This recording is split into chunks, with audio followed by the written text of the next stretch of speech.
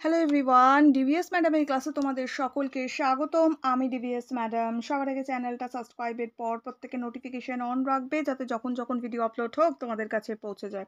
আলোচনার বিষয় আজকে ষষ্ঠ শ্রেণীর জিওগ্রাফি আমরা 8 নম্বর স্কুলের প্রশ্নপত্রটা নিয়ে আলোচনা করছি। ঠিক আছে, শুরু করা যাক। ভিডিওটা বেশি থেকে বেশি লাইক শেয়ার করো, যাতে নিজেদের ক্লাসের ভিডিওটা বেশি পাও। আর তোমাদের হিস্ট্রির সব আলোচনা হয়ে গেছে, প্রশ্নপত্র লাইন ভিত্তিক পড়া হিস্ট্রির হয়ে গেছে, জিওগ্রাফির হয়ে গেছে, পাঠ্য বইয়ের গুরুত্বপূর্ণ প্রশ্ন উত্তর, সাজেশনস প্লাস তোমাদের হাতে কলমে প্রশ্ন উত্তর সব করিয়ে দিয়েছি। প্লেলিস্টে সব পাবে। ওকে, শুরু করা যাক। দেখো কি বলেছে। বলছে সঠিক উত্তর নির্বাচন করে বাক্যটি পূর্ণ করো। বলছে উষ্ণতা ও উজ্জ্বলতা দুইটি সবচেয়ে বেশি হলুদ, সাদা, লাল, নীল তারার। কোন তারার? না আমরা জানি, কিন্তু সাদা হবে এটা। নেক্সট পরের প্রশ্ন আমরা দেব। আমাদের আছে হচ্ছে পৃথিবীর নিরক্ষীয় ব্যাস মেরু ব্যাসের তুলনায় 40 কিমি বেশি, 42 কিমি বেশি, আর 34 কিমি বেশি নাকি 46 কিমি বেশি? এটা আমরা করব হচ্ছে 42 কিমি বেশি। নেক্সট পরের প্রশ্ন আমাদের দিয়েছে যে স্থানীয় সময়ে নির্বাচন হয় যে রেখার ভিত্তিতে, তা হলো কর্কটক্রান্তি রেখা, নিরক্ষ রেখা, দ্রাঘিমা রেখা নাকি মূল মধ্য রেখা? এটা হবে হচ্ছে দ্রাঘিমা রেখা। হলো।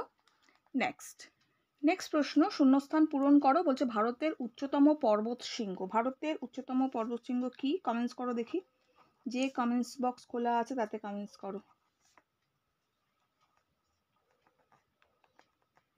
উত্তর হবে মাউন্ট এভারেস্ট। ঠিক আছে। নেক্সট পরের প্রশ্ন, পদ্মা ও যমুনা নদীর মিলিত প্রবাহ ড্যাশ নামে পরিচিত? পদ্মা ও যমুনার মিলিত প্রবাহ কি নামে পরিচিত? না মেঘনা নামে পরিচিত। পরের প্রশ্ন বলেছে নিচের যে কোনো একটি প্রশ্নের উত্তর দাও। বলছে প্রবাল দ্বীপ কি? ভারতের একটি প্রবাল দ্বীপের নাম লেখো। তাহলে প্রবাল দ্বীপ কি? ভারতের একটা প্রবাল দ্বীপের নাম লেখো। এটা আমরা আমাদের পাঠ্য বইতেই পাবো। চলো আনসারটা দেখে নেব। দেখো, আমরা এটা এদিকে পাবো।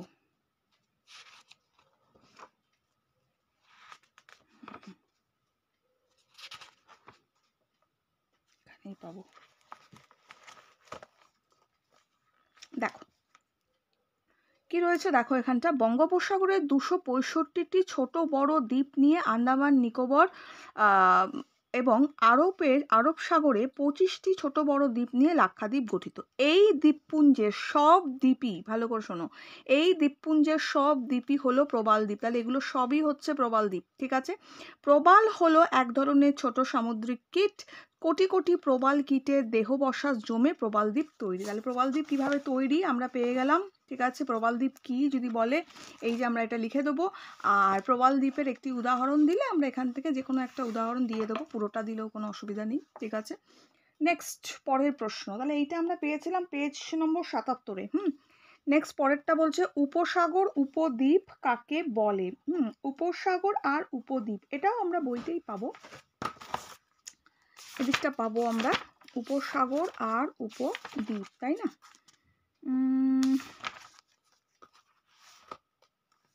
এখানে দেখো, 3 দিক স্থল দ্বারা বেষ্টিত জলভাগকে উপসাগর বলে, আর 3 দিক জলভাগ দ্বারা বেষ্টিত স্থলভাগকে উপদ্বীপ বলে। ঠিক আছে। এটা উপসাগর আর উপদ্বীপ, এটা পেলাম আমরা একদম আমার দেশ ভারত যে চ্যাপ্টারটা রয়েছে তার একদম প্রথম পেজেই এটা রয়েছে। ঠিক আছে, 65 নম্বর পাতায়। নেক্সট পরের প্রশ্ন আমাদের বলেছে নিচের যে কোনো একটা প্রশ্নের উত্তর দাও। বলছে নিরক্ষরেখা কাকে বলে? নিরক্ষরেখা ছাড়া পৃথিবীর অন্যান্য বিশেষ অক্ষরেখাগুলোর নাম ও অক্ষাংশের মান লেখার জন্য বলেছে। তাহলে নিরক্ষরেখা কাকে বলে, না এটাও আমরা প্রথম দিকে এই প্রশ্নটা এর আগেও আমরা পেয়েছি, এদিকেই পাবো এই চ্যাপ্টারটা।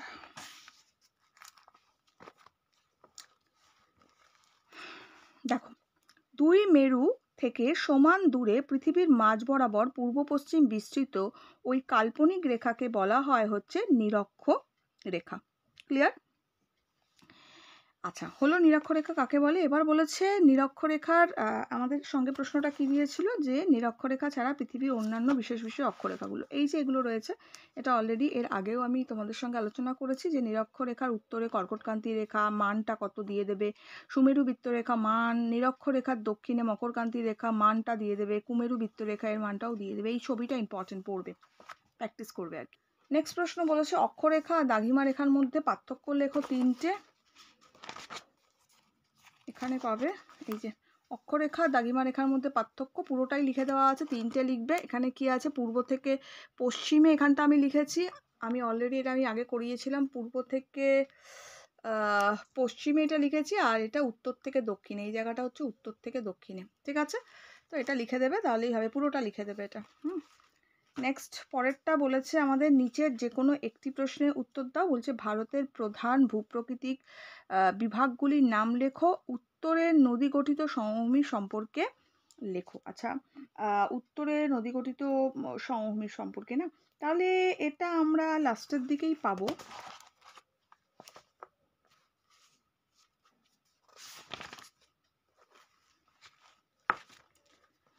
দেখো, তো আগে আমাদের ভাগগুলোকে লিখতে হবে, এটা আমরা এখানে পাবো। দেখো, ভারতের ভূপ্রকৃতি বৈচিত্র্য অনুসারে ভারতকে সাধারণত 5টা ভূপ্রকৃতিক অঞ্চলে ভাগ করা যায়। কি কি?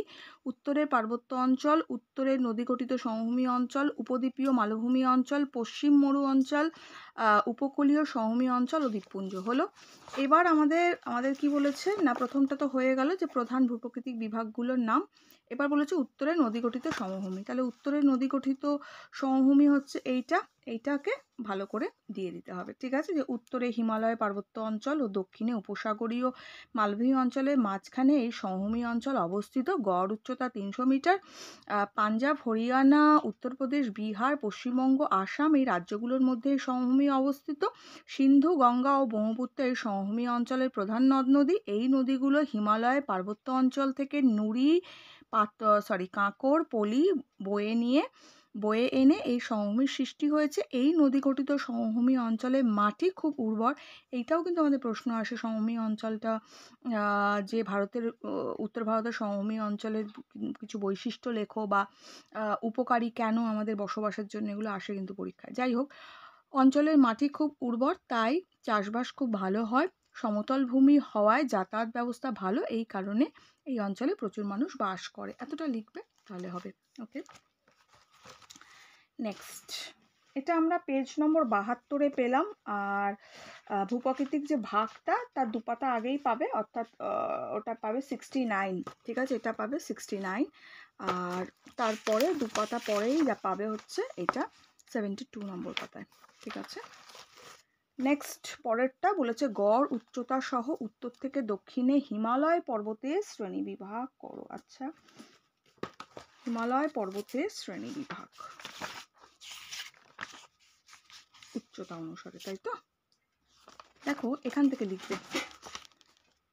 লিখবে ভারতের উত্তরের পার্বত্য অঞ্চলের সব থেকে উল্লেখযোগ্য পর্বতশ্রেণী হচ্ছে হিমালয়। হিমালয় কথার অর্থ হচ্ছে বরফের গৃহ। হিমালয়ের উত্তর থেকে দক্ষিণে 3টে সমান্তরাল পর্বতশ্রেণী আছে। একেবারে উত্তরে হচ্ছে হিমাদ্রি, ওকে, তার দক্ষিণে হিমাদ্রির উচ্চতাটা আছে, পারলে লিখে দেবে। তার দক্ষিণে হিমাচল, তার একেবারে দক্ষিণে কি আছে, মানে একেবারে দক্ষিণে কি আছে, শিবালিক। এবার হিমাদ্রি সম্পর্কে এখানে দিয়েছে একটু আলোচনা, একটু হিমাদ্রি সম্পর্কে দেবে। যেই অঞ্চলে উচ্চতা সবচেয়ে বেশি, পর্বতশৃঙ্গগুলি সারা বছর বরফে ঢাকা থাকে, এই অংশে মাউন্ট এভারেস্ট পর্বতশৃঙ্গ দেখা যায়। আমাদের এখানটা দিয়েছিল আলোচনা করতে, পর্বতশ্রেণীগুলো শ্রেণী বিভাগই শুধু চেয়েছে আমাদের। তো আমাদের নম্বর যেহেতু 5 আছে, তো আমাদের একটু দিতেই লাগবে, তো অল্প একটু এখান থেকে দিয়ে দেবে হিমাদ্রির থেকে। দেন আমাদের হিমাচল আছে, সো হিমাচল থেকে অল্প একটুখানি দেবে। হিমাচল থেকে দিয়ে দেবে যে হিমাদ্রির দক্ষিণে অবস্থিত, এটা জম্মু ও কাশ্মীর রাজ্যের পীরপাঞ্জাল থেকে হিমাচল প্রদেশের ধৌলাধর পর্বতশ্রেণী এই অংশে লক্ষ্য করা যায়, ঠিক আছে? হিমাদ্রি হিমালয় ও পীর পাঞ্জালের মাঝে রয়েছে কাশ্মীর উপত্যকা। এবার শিবালিক দেবে, শিবালিক সম্বন্ধে একটু দিয়ে দেবে, বাস হয়ে গেল, দিয়ে এটা কমপ্লিট করে দেবে। 2-1 লাইন পর্বতশ্রেণী থেকে একটু দিয়ে দেবে, যেহেতু 5 নম্বর রয়েছে। তো যাই হোক, এই ছিল এই পেপারটা। ভালো করে প্র্যাকটিস করো। দেখা হচ্ছে একটু পরে নেক্সট পেপারে। প্রত্যেকে লাইক শেয়ার করো।